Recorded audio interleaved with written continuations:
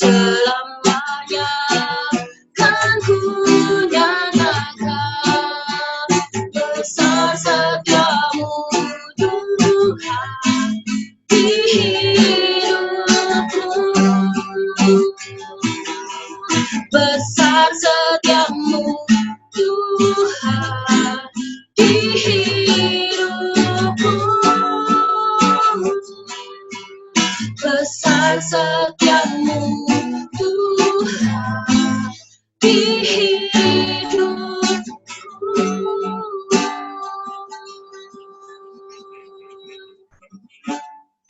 Ya, besar setiamu Tuhan, besar setiamu Tuhan, besar kasih setiamu. Biar malam hari ini Tuhan, kami boleh dibangkitkan lagi, dan kami boleh dikuatkan melalui firman-Mu Tuhan. Berkati Kak Suryadi Tuhan, yang akan menyampaikan isi hati-Mu. Dan kami percaya Tuhan, firman-Mu adalah pelita bagi kami, pelita bagi jalan kami. Terima kasih Tuhan, Engkau memberkati setiap kami Tuhan yang hadir di Zoom malam hari ini. Kau menyertai ibadah kami dari pertengahan hingga akhir nanti. Terima kasih Tuhan Yesus. Kami mengucap syukur dan kami memuji nama-Mu. Haleluya, amin. Shalom semuanya. Yang masih bisa dengar suara saya, tolong lambaikan tangannya. Wah, senang sekali kita masih bisa ketemu hari ini ya. Puji Tuhan, saya berharap semua baik-baik saja. Bapak Ibu, hari ini kita akan belajar tentang fokus. Mari yang bisa dengar suara saya ikuti fokus. Fokus. Puji Tuhan. Kekuatan fokus itu luar biasa, saudara.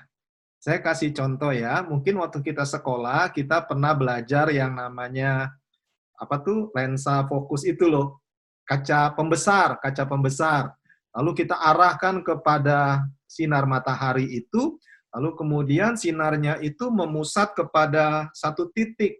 Dia fokus. Dan kekuatan fokus dari kaca pembesar itu luar biasa. Sinar matahari yang kena kepada kaca pembesar itu fokus, lalu kemudian dia bisa membakar kertas atau sesuatu yang ada di bawahnya dari kaca pembesar itu. Bapak Ibu yang dikasih Tuhan, perhatikan kekuatan fokus itu sangat-sangat luar biasa. Jadi kita hari ini akan belajar bagaimana fokus itu bisa jadi kekuatan yang sangat dahsyat kalau kita bisa fokus kepada sesuatu yang benar. Saudara yang dikasih Tuhan, kita seringkali dalam hidup ini banyak mengalami masalah. Masalah ada yang karena orang lain, karena keadaan, atau masalah yang kita buat sendiri. Banyak di antara kita, begitu kita punya masalah, maka kita menghabiskan energi kita untuk fokus kepada masalah tersebut. Sehingga apa akibatnya? Karena energi kita habis kepada masalah tersebut, misalkan ketakutan, khawatir, sakit penyakit, masa depan, keuangan, karir, jodoh, dan selanjutnya. Lalu kekhawatiran itu, ketakutan itu, badai yang kita alami membuat kita pada akhirnya terlalu fokus kepada badai tersebut. Lalu kita menghabiskan energi kita untuk menghadapi masalah tersebut dengan kekuatan kita sendiri. Akhirnya seseorang bisa menjadi kecewa, putus asa, frustasi, bahkan hal-hal buruk bisa dia pikirkan dan dia bisa lakukan karena dia terlalu fokus menghabiskan energi kepada badai atau masalah yang terjadi dalam hidup dia. Setiap kita hari ini menghadapi badai yang sangat besar sedunia, yaitu badai COVID. Nah, Tuhan mengajarkan kepada kita, untuk kita di tengah-tengah badai yang mengamuk, yang mungkin sangat dahsyat ini, karena ini seluruh dunia, saudara. Tuhan mau kita jangan sampai kita gagal fokus. Sebab fokus itu bisa menghasilkan kekuatan yang akan membakar sesuatu yang ada di bawahnya. Mari hari ini kita baca firman Tuhan. Kalau Bapak Ibu ada iPad atau handphone atau kitab suci, Alkitab, mari baca Markus pasal 4 ayat 35 sampai dengan ayat yang ke-40. Minta Kak Stephen untuk baca Markus pasal 4 ayat 35 sampai dengan ayat yang ke-40. Kacamatanya boleh dicopot, nggak ada masalah, Ya. Kak Stephen.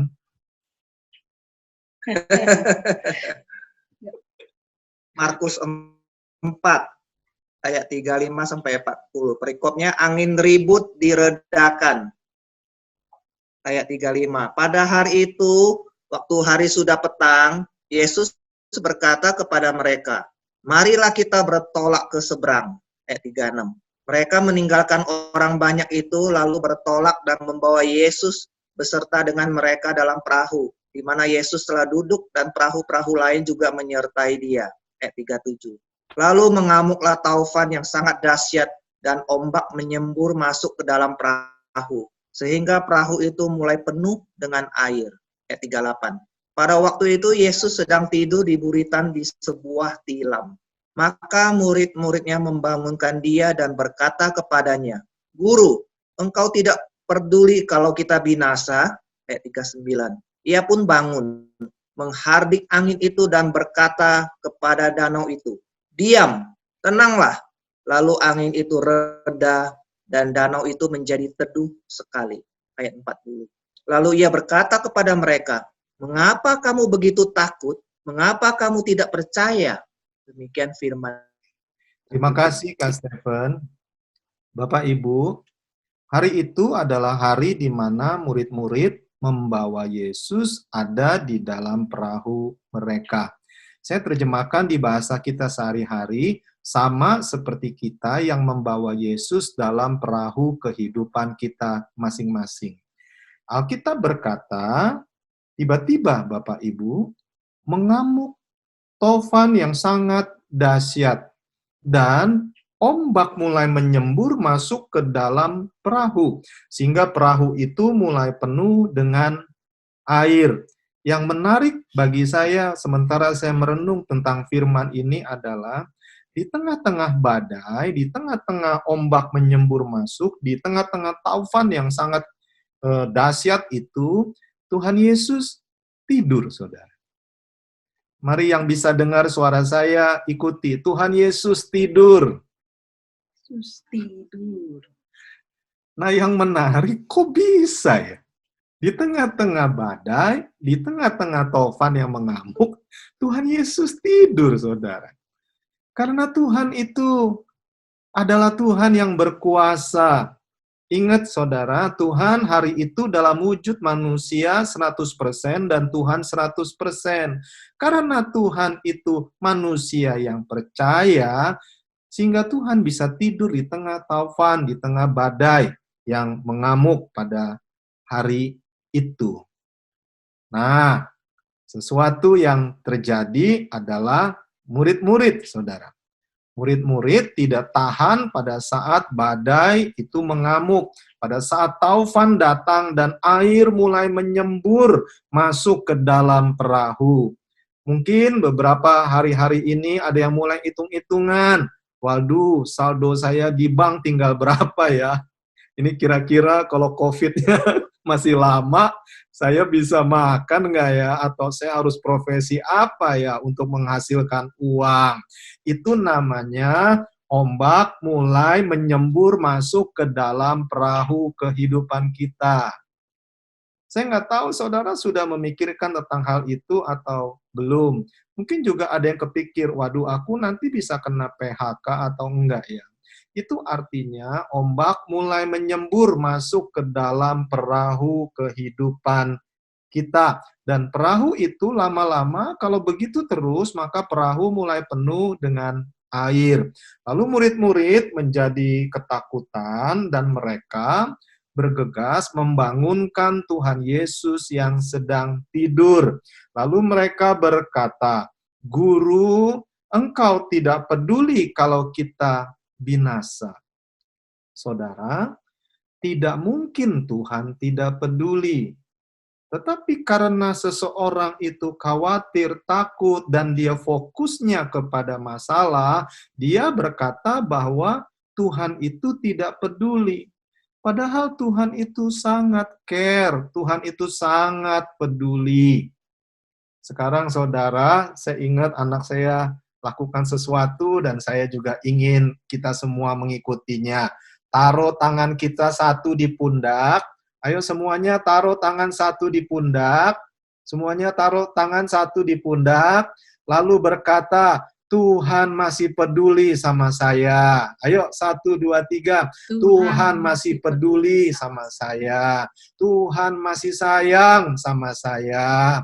Tuhan masih peduli sama saya. Engkau berharga di mata Tuhan.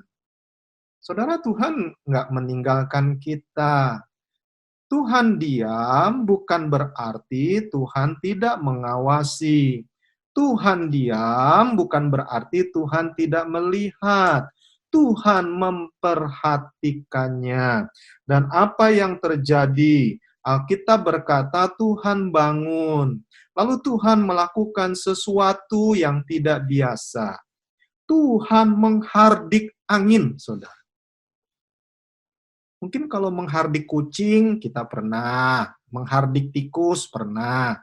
Menghardik angin, saudara. Angin itu saya nggak tahu ya, saudara pernah lihat atau enggak, saya belum pernah lihat angin. Dampaknya ada. Dia membuat daun bergoyang. Tapi bentuk angin kayak gimana, saya nggak pernah tahu gitu. Tuhan menghardik angin dan Tuhan ngomong sama danau. Supaya diam dan tenang.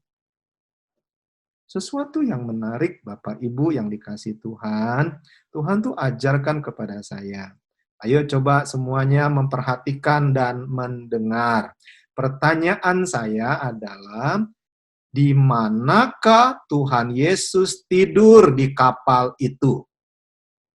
Ayo Bapak Ibu yang tadi baca Alkitab, coba lihat Alkitabnya. Di mana Tuhan Yesus tidur di kapal itu? Ayo, di depankah, di tengahkah, di belakangkah? Ayo coba baca ayatnya. Tuhan Yesus itu tidurnya di mana, saudara? Hah? Oke. Saya pengen lihat semua acungkan tangan ya. Ada yang berkata di buritan, benar sekali. Bukan di tempat lain, tapi di buritan, saudara. Nah, buritan itu tempatnya di mana? Coba yang setuju buritan itu tempatnya di depan, tolong angkat tangannya. Yang setuju buritan itu tempatnya di tengah, tolong angkat tangannya. Ya, 1, 2, oke. Yang setuju buritan itu tempatnya di belakang, tolong angkat tangannya. Saya. Artinya Bapak Ibu, jawaban yang benar adalah buritan itu posisinya di belakang.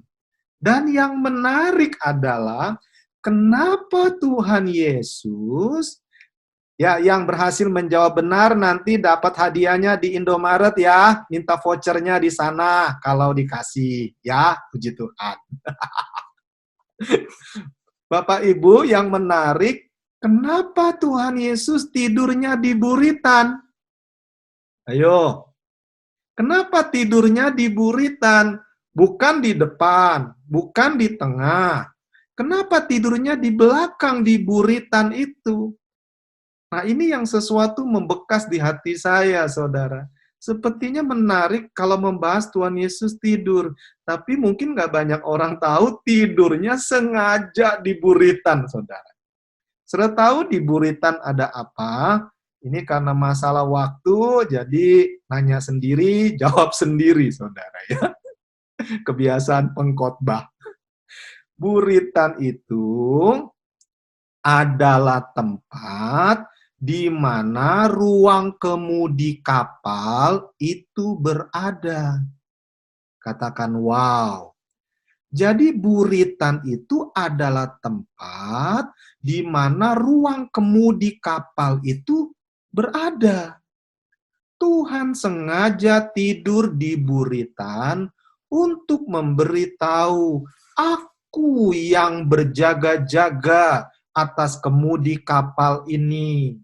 Aku ada di sini untuk menjaga hidupmu sehingga engkau tidak akan kena celaka. Kita beri tepuk tangan dulu yang kuat yuk buat Tuhan kita yang baik. Ayo yang sudah ngerti, tepuk tangan dulu yang kuat buat Tuhan kita yang baik. Mungkin sementara kita ngalami dilema COVID sekarang kita berkata, Tuhan di mana? Kok Tuhan kayaknya tidur? Lihat keadaan saya, Tuhan ada di mana? Apakah Tuhan masih menyertai saya? Saya mau kasih tahu, Tuhan ada di buritan, saudara. Tuhan masih pegang kendali kehidupan kapal kita. Jadi jangan takut, Tuhan tidak akan membiarkan kita binasa. Tuhan tidak akan membiarkan kita binasa. Malah Tuhan menjanjikan tahun ini akan jadi tahun keemasan.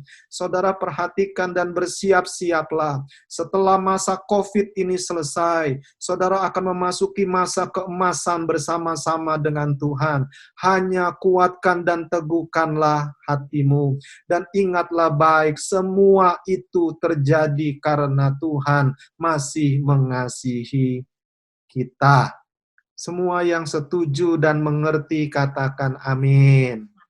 Mari jangan takut. Mari tutup mata saudara. Kita mau berdoa. Yuk kita mau berdoa. Terima kasih ya Tuhan. Terima kasih. Mari saya minta istri saya Kak Syahung untuk berdoa.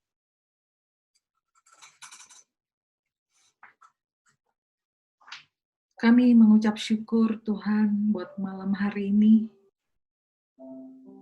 Kami diberikan kesempatan untuk berkumpul walaupun lewat Zoom ya Tuhan.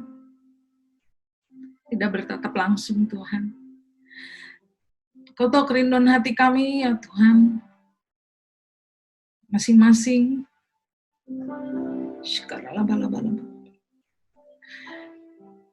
Ajarkan kami Tuhan untuk terus mengingat kebaikan-Mu, mengingat kasih-Mu. Bahwa Engkau selalu ada bersama kami. Engkau yang memegang kemudi kehidupan kami ya Tuhan. Sehingga kami nggak perlu takut, kami nggak perlu gentar Tuhan. Biarlah kekuatan yang daripada-Mu menyertai kami ya Tuhan. Mari Roh Kudus, Kau yang mengambil alih tubuh jiwa roh kami. Kamu yang ngambil alih Tuhan segala pikiran-pikiran yang bukan daripada-Mu Tuhan. Biar pikiran-Mu ya Tuhan yang kami pikirkan ya Tuhan. Mari Roh Kudus, Engkau meteraikan firman-Mu. Biar firman-Mu Tuhan menjadi kekuatan bagi kami. Untuk selalu mengingat bahwa Engkau tidak pernah sekali-kali pun meninggalkan kami Tuhan. Amin. Terima kasih Bapa. Terima kasih Yesus. Terima kasih Roh Kudus dalam nama Yesus. Bapak Ibu yang dikasihi oleh Tuhan, sebelum kita berpisah, saya tutup dengan sebuah kesaksian ya. Kisah ini pada akhirnya dijadikan sebuah lagu.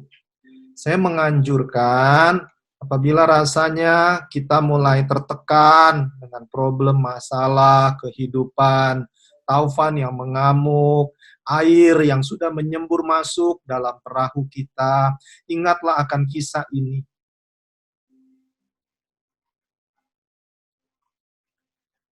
Tuhan masih pegang kemudi kehidupan kita. Tuhan tidak akan meninggalkan ataupun membiarkan kita. Ibu ini, dia pulang dengan bayinya di hari Natal ke rumah orang tuanya di Amerika. Hari itu dia sedih berat karena dia harus pulang dengan bayinya. Entah pasangannya ada di mana. Di masa-masa yang stres luar biasa itu, dia mulai ingat akan kehidupan masa lalu dia. Banyak buruknya, banyak kesalahannya. Ada juga hal-hal baik yang dia lakukan. Dalam keterpurukan yang luar biasa, dia mulai bertanya-tanya, apakah Tuhan masih mengasihi dia? Apakah dia masih disayang oleh Tuhan? Lalu Bapak Ibu tahu hari itu ada salju di Amerika. Dan pada saat dia mulai meluncur, dia lihat ke arah bensinnya, dan bensinnya sudah hampir habis bahan bakarnya. Dan waktu dia lihat ke arah bahan bakarnya, dia tidak menyadari bahwa ada salju yang licin di depan. Lalu mobilnya muter di jalan yang bersalju itu, Bapak Ibu. Dan hari itu kepada dia yang telah bertanya, adakah Tuhan masih mengasihi dia? Hari itu dia tahu dia sedang mengalami yang namanya maut, malapetaka, maut. Dan dia tahu ada bayi kecilnya di belakang. Dan di tengah-tengah kepanikan, ketakutan, istilahnya adalah air sudah menyembur masuk dalam perahu kehidupannya. Dia mengangkat tangannya. Dia lepas pegangan setirnya. Lalu dia berteriak, Jesus take the wheel, Jesus take the wheel. Tuhan, pegang kemudi ini, Tuhan, pegang kemudi ini. Karena dia udah nggak sanggup lagi mengatasi kemudi mobilnya. Dan tiba-tiba saja kemudi mobilnya seperti ada yang pegang, Bapak Ibu. Lalu mobilnya bisa menepi dengan selamat. Dan kisah itu kelak dijadikan sebuah lagu yang berjudul Jesus Take the Wheel. Tuhan, pegang kendali kehidupan saya. Pegang setir kehidupan saya. Saya menganjurkan Bapak Ibu untuk boleh lihat lagu itu. Nanti kalau Tuhan izinkan saya upload di YouTube juga ya, biar semuanya juga bisa mendengarkannya. Baik Bapak Ibu, waktu kita sudah habis. Senang bisa bersama-sama dengan Bapak Ibu semua. Saya jujur sangat-sangat diberkati. Mari sekarang semua angkat kedua belah tangannya. Dan kita akan terima berkat yang datang daripada Tuhan. Tuhan memberkati engkau dan melindungi engkau. Tuhan menyinari engkau dengan wajah-Nya dan memberikan kepadamu kasih karunia. Tuhan menghadapkan wajah-Nya kepadamu dan memberikan kepadamu damai sejahtera. I am with you, says the Lord.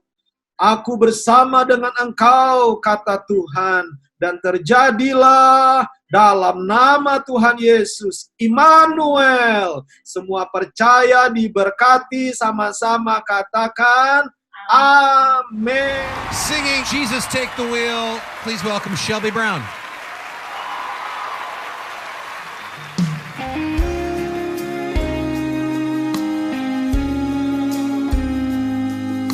Driving last Friday on her way to Cincinnati on a snow-white Christmas Eve.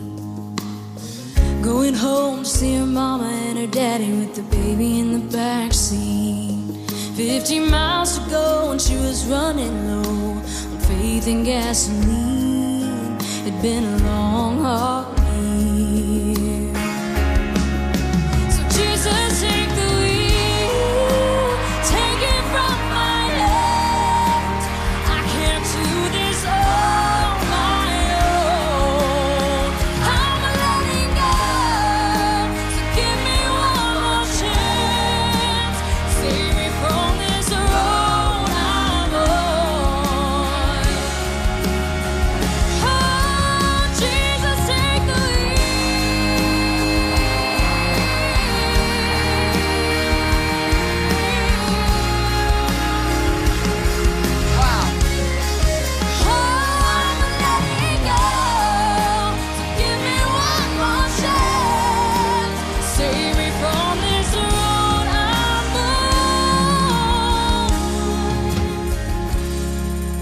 Jesus, take the wheel.